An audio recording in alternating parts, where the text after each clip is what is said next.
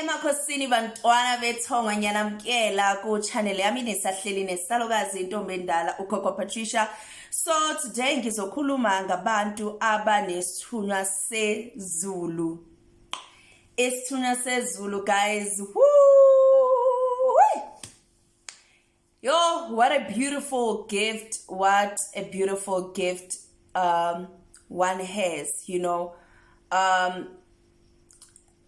So that disclaimer, so that you know, because I know when I make videos about Isithunywa, there's people asking me, Gogo, does it happen for one to have more than one Isithunywa? Yes, it does happen. So it's very much possible. So namhlanje ngizokhuluma nomntana ethonga othi Gogo nginesithunywa seZulu. Isithunywa seZulu, most of the times it's tricky to find out because you also dream yourself in water. You also dream yourself flying, but when ufly kakhulu man amaphupho akho when uyandiza wena uyandiza wena uSuperman angazi uSuperman uyandiza kodwa wena uSuperman, and you resonate well with nature, with the sun especially, because ilanga liphezulu. You resonate with inkanyezi, you resonate with the moon. You one person ozothi mawuhleli ubuka imoon uzwe inkulumo. There's a post that I saw from a lady on TikTok who was like, guys, kenzakaleni, you know, to isintu sethu noma umoya ngoba thina besithi mawubuka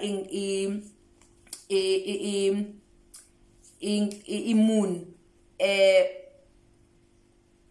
ububona mawubuka inyanga bobona uma otete ingane emhlane, so sekwenze njani kwalephi.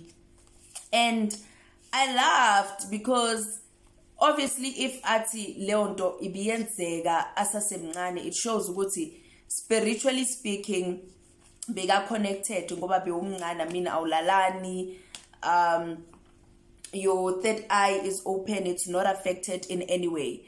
So githina especially mawumntana who resonate with that noma unesithunywa seZulu, you will see mawubuka inkanyezi uqhamuka ngaphandle ubuka inkanyezi kuwena ubona inkulumo, ubona into eziningi, you know. Ngenkanyezi nje you can tell a lot, you know.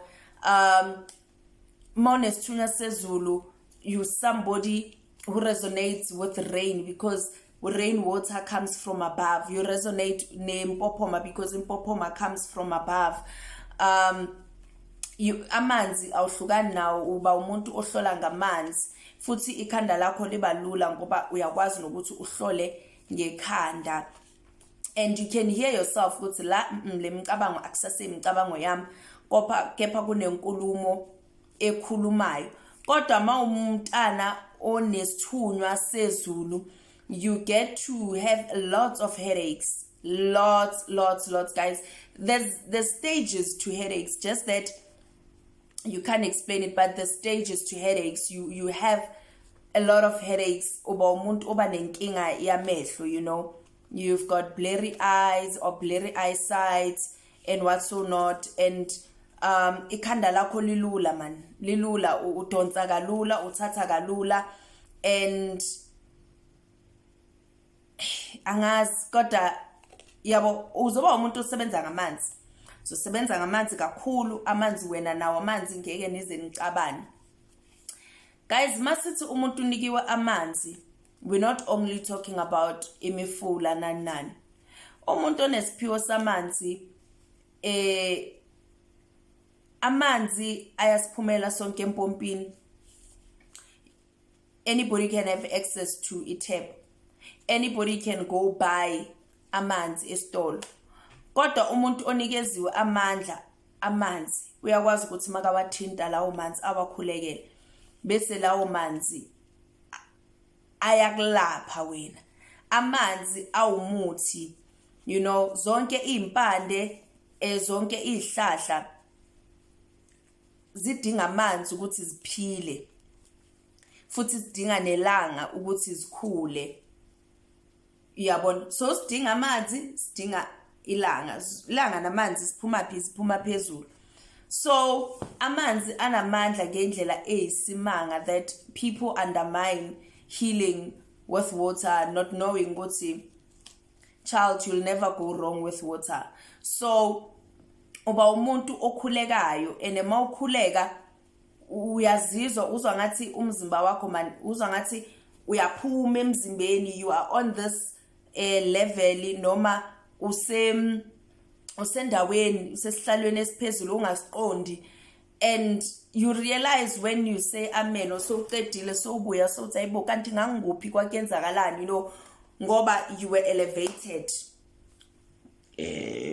Makhosi, you were elevated. So it's pure esihle kakhulu. And yeah, if you've got any questions, please comment below. I will answer you. If you like the video, don't forget to click on that thanks button where you can say Gogo Siyabonga for a video, and you can donate as little as 14 rand. So or more, emakhosini lesedikhanya tamakundawe.